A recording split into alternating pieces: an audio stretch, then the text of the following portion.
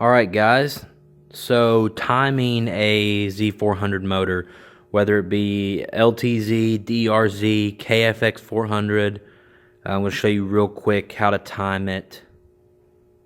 Firstly, on the mag side here, you'll need to take a 17 T-handle or a 17 socket or something, get it on the mag nut and turn it around until you see the line and the T right there. It's got to line up in the middle. That'll put it on the right stroke, line everything up.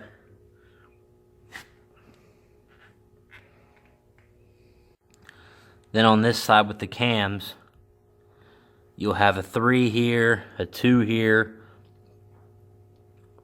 Your other one should be parallel.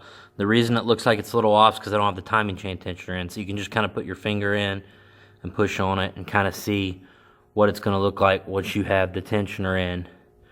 But you should be able to count 15 pins from the 3 to the 2 over here on top.